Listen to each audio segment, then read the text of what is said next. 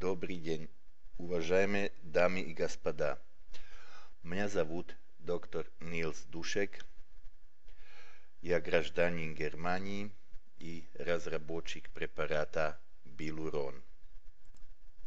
В настоящей презентации вам хочу рассказать несколько слов о истории возникновения препарата Билурон, о его механизме действия и о возможностях употребления его в ежедневном процессе. За ошибки в моем русском языку извиняюсь, но постарался чем лучше изучить и освоить русский язык.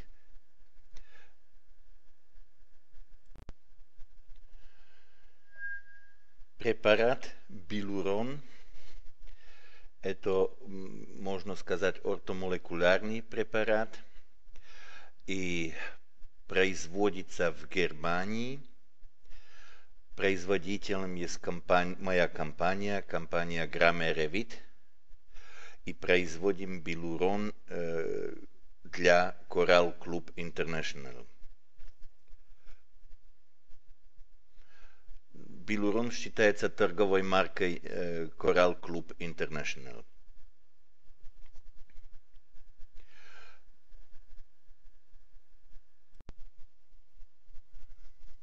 Препарат Билурон относится к группе биологически активных добавок к пище. Не считается лекарством. В состав Билурона входит комплекс гиалуронной кислоты вместе с хондроитином, как ударное вещество, инертный сахар для хранения, витамин Е как антиоксидант, калиум-сорбат как консервант и вода. Вода структурирована.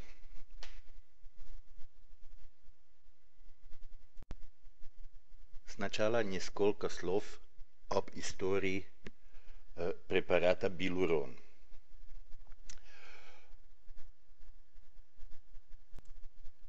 Разработки его начались уже 20 лет тому назад. Дальше. Как всегда в медицине, первые эксперименты с гиалуронной кислотой в поисках эффективной формулы были сделаны на мышах и крысах. После того мы прошли на экспериментальную базу с более крупными животными, собаки и лошади. В итоге в 2000 году мы закончили успешно испытания на лошадях и год позже испытания на добровольцах-спортсменах. Результаты эти покажу в следующих слайдах. И в 2013 году завершили одну из последних регистраций препарата на основе гиалуронной кислоты под названием Билурон в России. Дальше. На следующем слайде показаны результаты лечения хромоты у лошадей. Эффективность лечения после одномесячного приема гиалуронной кислоты оценивали ветврачи, и здесь следующие результаты. У 38% лошадей было улучшение, у 52% было значительное улучшение. Это все в сравнении с другими терапевтическими процедурами. Без изменений осталась группа 10% лошадей. То значит, что здесь получается для улучшения и значительного улучшения 90% результат. Ухудшение хромоты не показано ни у одной лошади. Дальше. Похожие результаты мы получили и у людей, как видно в слайде номер 8. У спортсменов это был хоккей и маратон, где у 35% больных было улучшение и 65% значительное улучшение. Ухудшение или без влияния не было у группы людей. Мы поэтому спрашивали, почему этих 10% было у лошадей, и обнаружили при последующей проверке материалов, что там был значительный эффект ошибочной диагностики. Дальше. Теперь несколько слов к компонентам, из которых состоит билурон. Дальше. Основным компонентом билурона является гиалуронная кислота. Гиалуронная кислота – это, что касается химической структуры, соединение огромного количества полисахаридных единиц, которые имеют большую молекулярную массу. Эта большая молекулярная масса – это одна из причин, почему очень тяжело всасываются химические составы с похожей структурой. Гиалуронная кислота имеет одну из главных функций в организме – это привязка воды. В том же самом плане и привязывает воду и делает основный компонент синовиальной жидкости. Но как единственный компонент билурона имеет гиалуронная кислота, в отличие к хондроитину и остальным, и регуляторные свойства, потому что сможет привязываться на собственный рецептор и регулировать рост и размножение хондроцитов. Дальше. Необработанная гиалуронная кислота имеет очень тяжелое всасывание в кровь, как видно здесь на следующем сайте. Эта красная палка в середине – это стенка кишечника, через которую эти длинные молекулы очень тяжело проходят, и в процессе прохождения они расцепливаются на моносахариды. То значит, в итоге в крови уже не найти гиалуронную кислоту. Таким же образом можно кушать и белый сахар. Результат будет тот же самый. Нашей задачей было посмотреть, как можно повлиять на структуру химическую молекулы гиалуронной кислоты, чтобы прохождение через кишечник не помешало ей биологической активности как гиалуронной кислоты целиком. Дальше. Как я сначала уже сказал, результатом выше 270 экспериментов было обнаружение определенной оптимальной молекулярной структуры гиалуронной кислоты, которая позволяет проходить через кишечник целиком в цепах различной длины, которые в состоянии после прохождения опять соединиться в готовую длинную гиалуронную кислоту. Говорим о так называемом процессе ресинтеза. Вот эта гиалуронная кислота, которая таким образом изменена и проходит через кишечник, она находится в препарате билурон. Дальше. Следующим компонентом это хондроитин сульфат. Хондроитин-сульфат является очень важным структурным компонентом хрящи и хрящевого матрикса. В разнице к гиалуронной кислоте хондроитин-сульфат является чисто стройматериалом. Он не имеет никаких биологических регуляторных свойств, как гиалуронная кислота. Следующим компонентом это инвертированный сахар. Инвертированный сахар мы включили в наш препарат сначала чисто как консервант, но он химически состоит из равных долей глюкозы и фруктозы.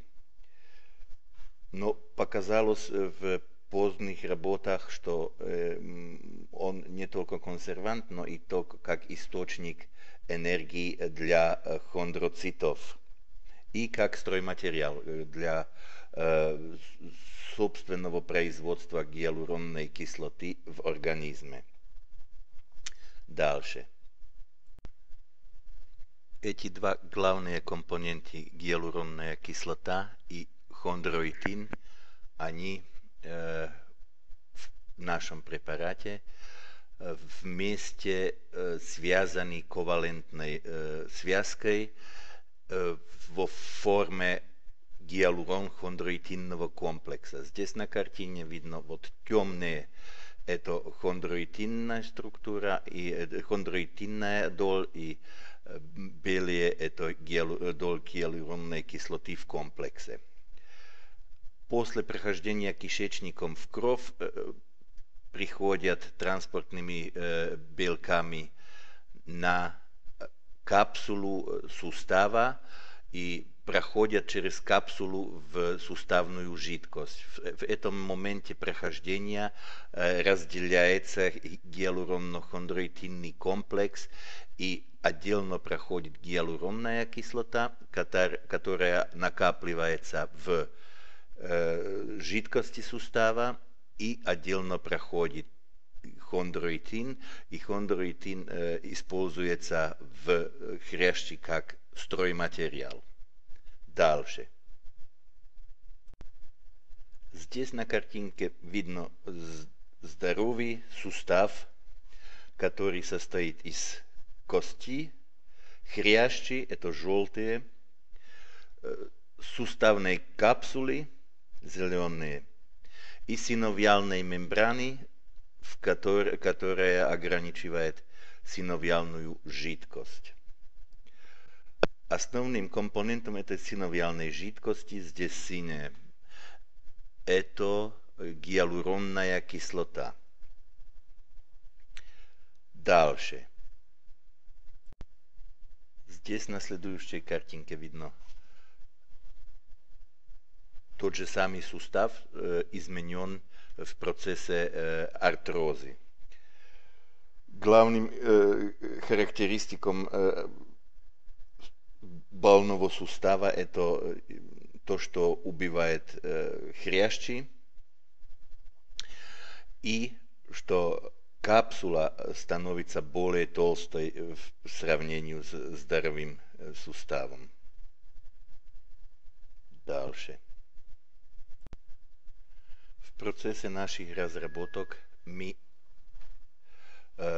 хотели объяснить для себя механизм действия гиалуронно-хондроитинного комплекса, который находится в препарате Билурон.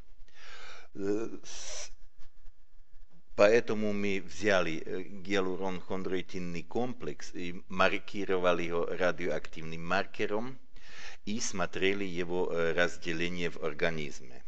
Показалось, что уже в лимфу после приема проходит через 15 минут и до 2 дней может состоять в лимфе, пока не проходит в синовиальную жидкость. Это прохождение в синовиальную жидкость начинается 24 часов после приема. В синовиальной жидкости он связывается с рецепторами клеток хряща, хондроцитов, и с stimuliruje takým obrazom výrobotku собственной endogенной гиалуронной кислоты. Это покажем на следующих слайдах. Дальше. Что творится в суставах в процессе артрозы в течение приема билурона? До приема гиалуронно-хондроитинного комплекса находятся в суставах разрушенные хрящевые клетки, вот желтенькие, и в жидкости, суставной жидкости синовиальной находится гиалуронная кислота, но она частично изменена из-за процесса воспаления, который в суставе произошел. То значит, гиалуронной кислоты здесь минимум, поскольку здесь минимум гиалуронной кислоты, она не способна привязываться на рецепторы хрящевых клеток и так регулировать их действие. Рецепторы – это те стрелки, которые видно из желтых клеток. Дальше.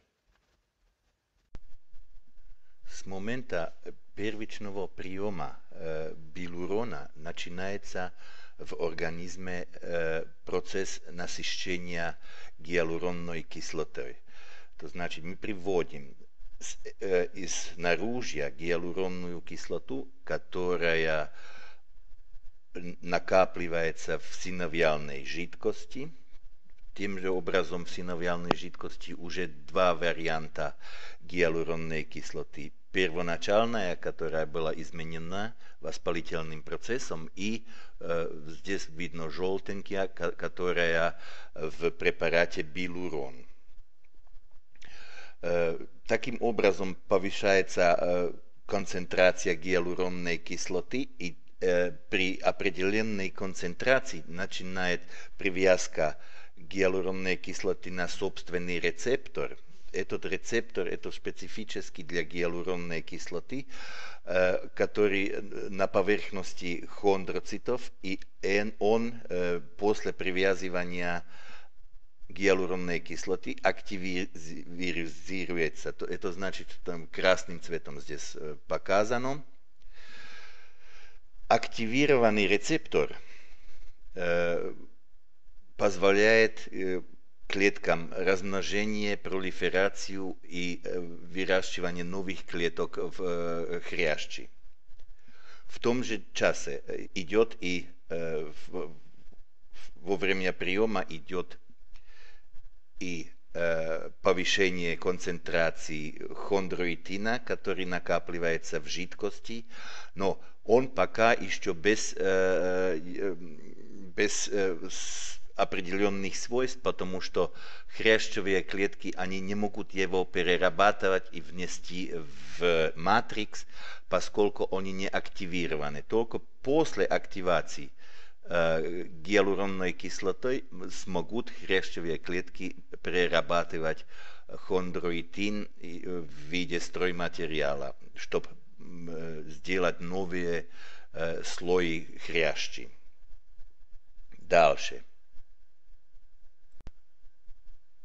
Здесь видно состояние сустава после приема билурона, после 30-дневного приема. Характеристически есть, что там произошла благодаря активации рецепторов CD44 произошла пролиферация хондроцитов, то есть размножение хондроцитных клеток. Эти нормализируют свой метаболизм и способны уже сами вырабатывать гиалуронную кислоту, так как в здоровом суставе. То значит, теперь уже появляются у нас три вида гиалуронной кислоты. Первоначальная гиалуронная кислота, которая при воспалении уже была в суставе. После того экзогенная желтая, которая в препарате билурон. И как результат оздоровления появляется третья форма, эндогенная гиалуронная кислота, которую выпускает организм себе сам. Дальше.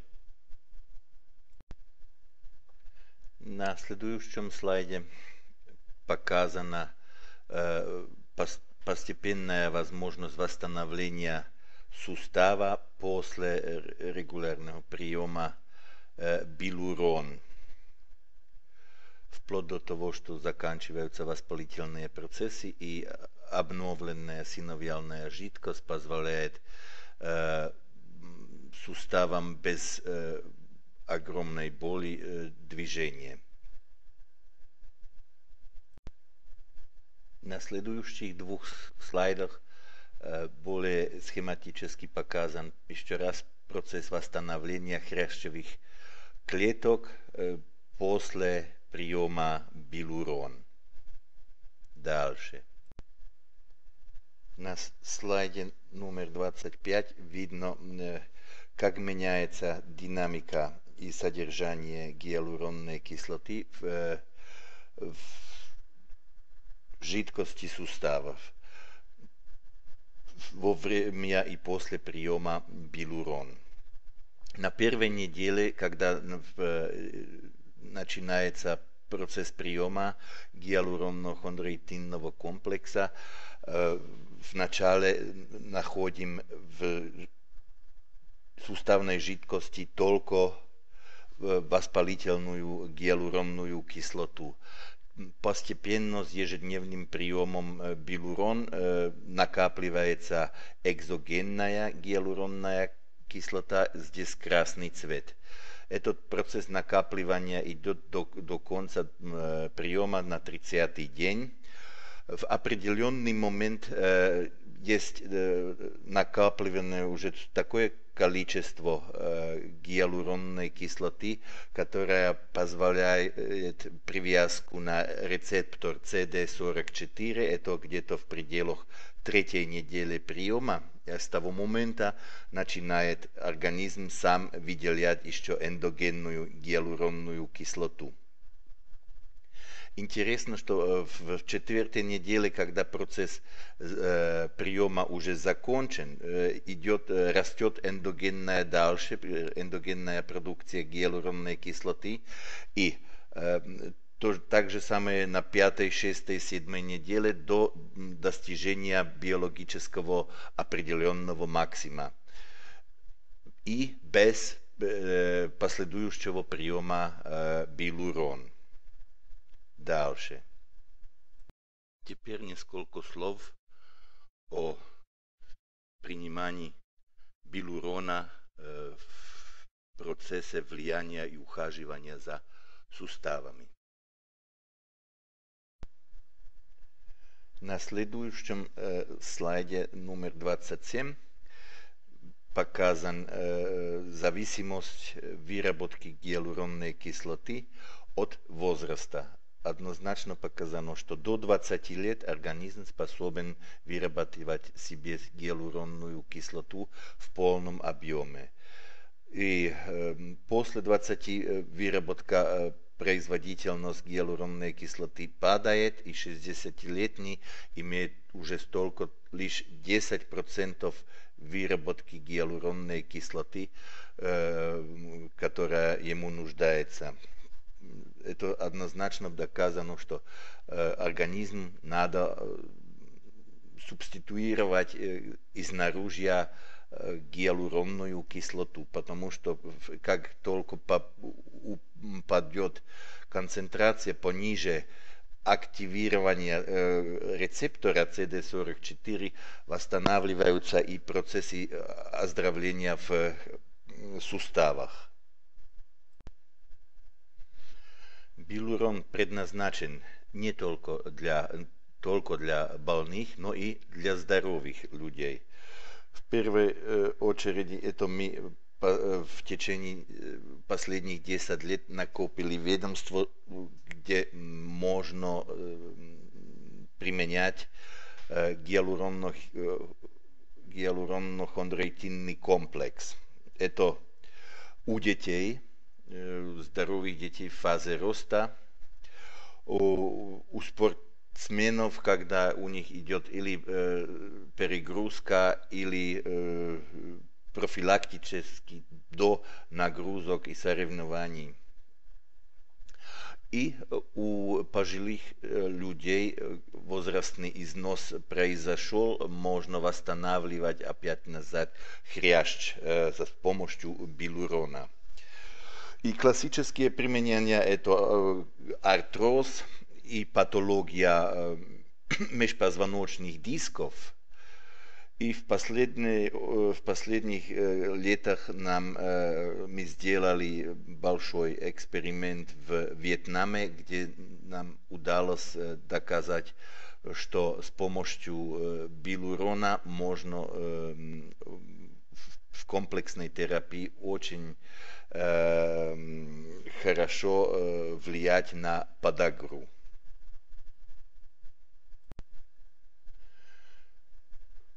Суммарно можно сказать насчет билурона, что он свое действие полностью направляет на первопричину артроза, то значит восстанавливает хрящ.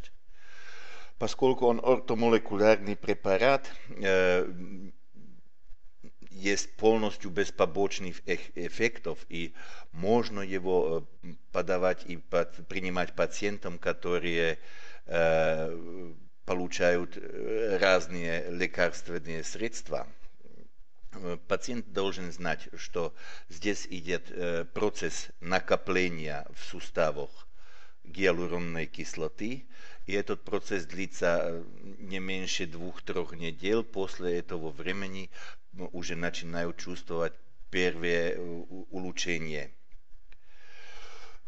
Курс повторяется 2-3 раза в год, и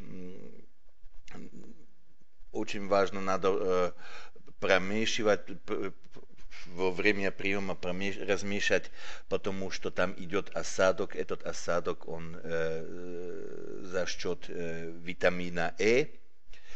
И важный и один момент, который здесь на слайде не показан, что терапевтический процесс 2 бутылок надо обязательно закончить. То значит, если уже по первой бутылке такое улучшение, обязательно надо взять и 2 бутылку.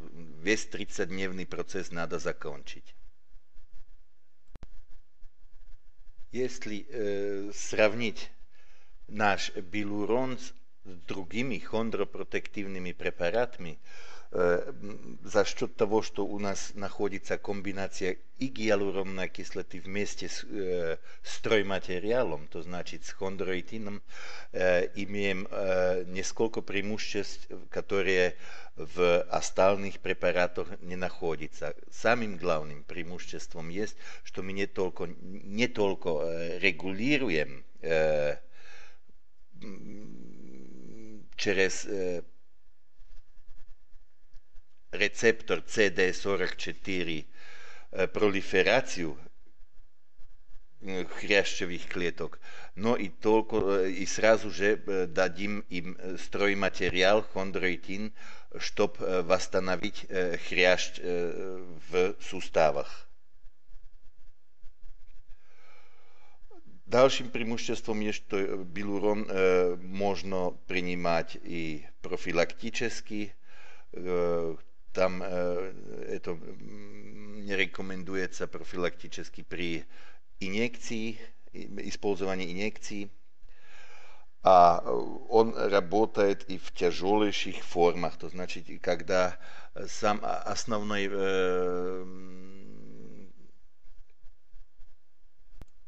основным вопросом есть, что было в суставе присутствие каких-то остатков хрящей, как, например, при артрозе степени 4, с которого можно начать восстанавливать.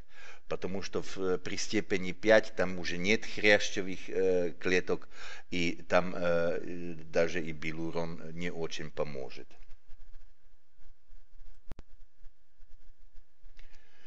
Билурон разработан и производим в Германии. Поставляем его в 35 стран мира и под названием Билурон теперь и в Россию. В следующем показано несколько фотографий с производства современное, где гиалуронная кислота вырабатывана в биоферментерах и производственные мощности позволяют делать ежедневно несколько тысяч бутылок билурона.